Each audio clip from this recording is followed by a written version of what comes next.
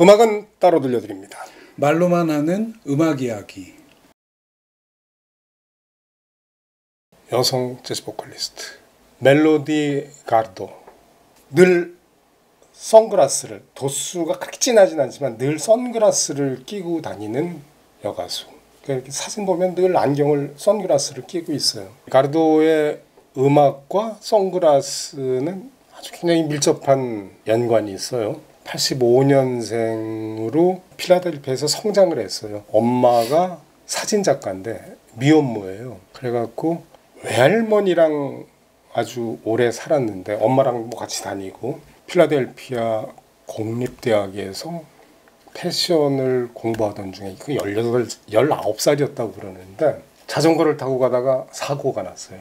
SUV가 덮쳤대. 사고를 당했는데 골반 뼈까지 부러졌으니까 사고가 큰 사고였죠. 그래갖고 1년 동안을 갖다가 이제 병원에서 꼼짝 못하고 있었는데 그게 오늘의 멜로디 가르도를 만든 전환점이에요. 세옹지마라는 그 고전 있잖아요. 옛날 얘기 있잖아요. 그런 것 같아요. 저는 이 팔이 수술 자국이 있어요. 군대에서 오토바이를 타다가 다쳐갖고 굉장히 큰 사고였어요. 108바늘이거든요. 수술 자국이. 그런데 사실 이 팔이 부러져가지고 제가 잡지사 기자가 되고 방송 작가가 되고 방송 작가로 살아올 수 있었던 계기가 된 거죠. 팔 다치는 바람에 13개월을 통합병원에 있으면서 눈에 잡히는 책이라는 책은 다 읽었어요. 공부 정말 안 했다가 병원 생활하는 동안 공부했어요. 돌이켜보면 나한테 굉장히 불행했었던 일인데 내 삶의 자양분이 됐던 그런 거였다. 그런 것 때문에 제가 멜로디 가르도의 음악을 좀 각별하게 생각합니다. 크게 다쳐가지고 그 선글라스 끼는 거는 빛에 굉장히 민감해졌대요. 그렇죠. 그래서 예. 선글라스를 끼고 뇌 손상까지 왔다니까. 네, 소리도 이렇게 속삭이는 소리 외에는 너무 시끄러워가지고선 못 들을 지경이었었대요 그때. 그래갖고선 누워서 할 수 있는 기타를 배우기 시작했고 그 병원에서. 그때 이제 제일 많이 듣고 위로받았던 곡이 스탄 게츠의 걸 프롬 이파네마. 보사노바 앨범을 많이 들었다. 특히 보사노바를 많이 들었다고 그러더라고요. 왜냐하면 자극적이지 않으니까 참 잘 어울리는 음악이었을 것 같아. 그러면서 이제 노래를 갖다 만들고 우리식으로 얘기하면 데모 테이프가 있는데 필라델피아 라디오 방송국 직원이 유니버설 레코드 그룹에다가 테이프를 갖다 보냈대요. 그래갖고선 연결이 돼서 이제 오늘날 멜로디 가르도가 태어나게 된 거죠. 2007년에 첫 앨범을 냈어요. What is Some Heart이라고 첫 앨범을 내고 이 첫 앨범은 제법 히트를 했대요. 근데 이제 자리를 갖다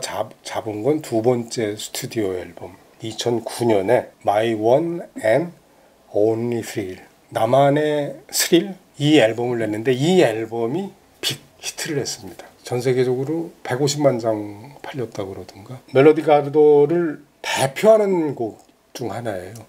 Baby I'm a Fool. 사랑에 빠진 자존심 강한 남녀가 밀당하는 얘기라고. 보사노바 같아요. 네, 그야말로 팝적이죠.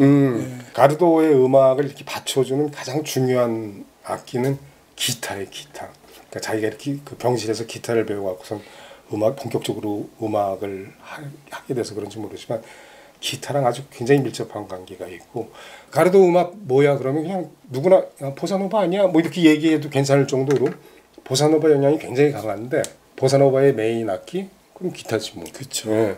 아주 굉장히 이렇게 절제되고 세련되고 이 도회지적인데 도회지적이라고 그러면 좀 이렇게 좀 시건방진 냄새가 나잖아요. 그 표현이. 근데 그런 거 빠진 도회지적인 아주 정갈하고 부드러워요. 누군 그러더라고. 주술사라고. 쉽게 얘기해서 이렇게 마음 정도 이렇게 어루만져지는 게 아니고 영혼을 어루만져 준다고. 근데 그런 호평을 받을 정도로 대단한 여가수입니다.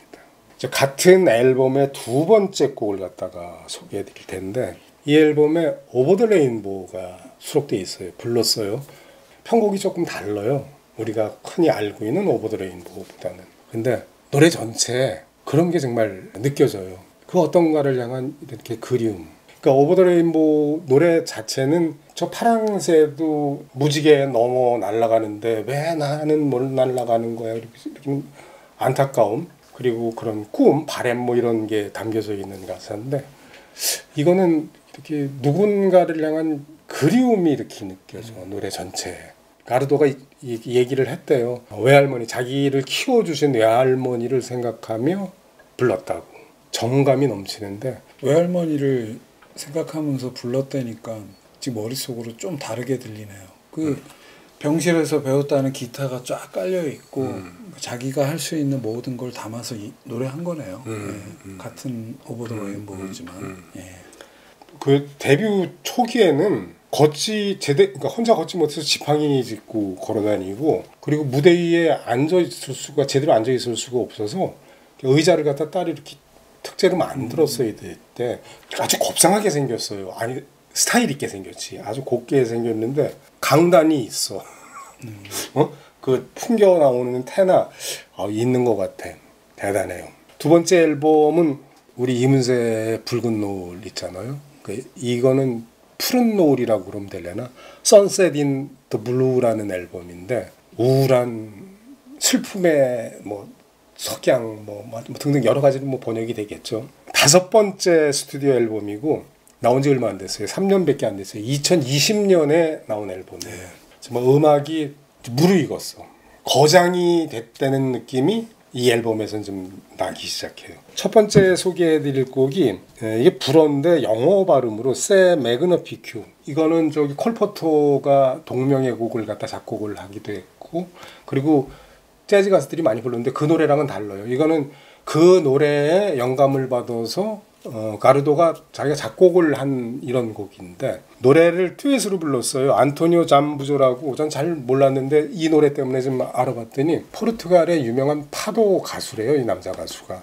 그러니까 파도는 뭐냐면 우리나라 트로트처럼 포르투갈 민요에서 비롯된 대중음악인데 하여튼 어떤 노래든 무진장 슬퍼. 그냥 슬퍼.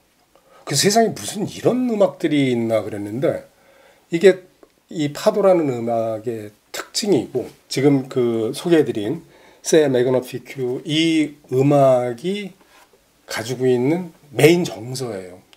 쭉쭉쭉 젖어들게 하는데 가사는 그러니까 석양을 보면서 아름답다고 이렇게 감탄을 해요. 태양이 바다로 빠져들고 나도 저 바다에 빠져들어. 근데 이렇게 애통한 이런 거는 아니야. 그 슬픔의 정조가 애통하다 이러는 거 아닌데 그냥 슬퍼. 근데 제가 이 노래를 소개해드리는 이유는 제가 이 노래 가사와 이 노래의 정서를 저 똑같이 한번 느꼈기 때문이에요. 한 10년 전에 제가 캄보디아를 갔던 적이 있어요. 갭이라고 바닷가인데 발코니라고 지금도 잊어보지 않는데 배낭여행하는 사람들한테는 유명한 그런 게스트하우스인데 라운지가 산 모퉁이를 이렇게 계단식으로 해서 세 층으로 된 라운지예요. 바다를 가다 이렇게 쫙 보게 돼 있는 데인데 후배랑 제 아들이랑 셋이서 거기를 딱 가가지고선 그 라운지에 딱 올랐는데 석양이 딱 떨어질 때가 된 거예요. 근데 그걸 딱 본 순간 셋이서 아무 얘기를 못하고 셋이 나만 그런 줄 알았는데 둘을 옆에 보니까 둘도 같이 눈물을 흘려. 그러니까 표현을 할 수가 없어. 그냥 이렇게 눈물이 흘러요. 그게 슬픔의 눈물도 아니고 없어. 그냥 보는데 그냥 눈물이 이렇게 나. 그때 내 감정 이런 게 이 노래 가사와 멜로디에 그냥 다 배어 있어요. 그냥 이렇게 경이로움이라고 해야 되나? 그 경이로움에서 오는. 근데 그 감정의 핵심은 애조예요. 슬픔이야. 근데 이렇게 뭐가 이유 있어서 슬프고 이런 게 아니고 그냥 슬퍼. 근데 그 경험인데 그런 느낌을 저는 이 노래를 들을 때마다 떠올려져요. 네 번째로 이제 소개해드릴 곡. 이제 같은 앨범의 문리버입니다. 오케스트라, 이거 런던 필하모닉이랑 같이 한 거예요. 기타가 있어요. 기타가 늘 쫓아다녀. 가르도의 보컬을. 안토니 윌슨이라고, 폴 맥카트니, 레온 러셀, 랜디 크리포드, 케니 버렐, 콜 포터, 이렇게 이름 되면 다 알 만한 음악성 있는 가수들의 앨범에 다 참여했어요. 이 앨범에서 가르도의 그 목소리를 잘 받쳐가면서 이렇게 계속 쫓아다녀줘. 계속 보호해줘. 어떤 의미에서 흑기사야. 우리가 이 문리버 그러면 오드리 헵번 그 목소리 문리버 하고 또 정말 많은 가수들이 이렇게 불렀잖아요. 또 다른 스타일로 우리 귀가 아니고 가슴으로 어떤 사람한테는 영혼에까지 깊숙이 꽂혀 들어오는 그런 것 같아요. 누구나 저마다 자기 취향이 있잖아요. 음악 듣는.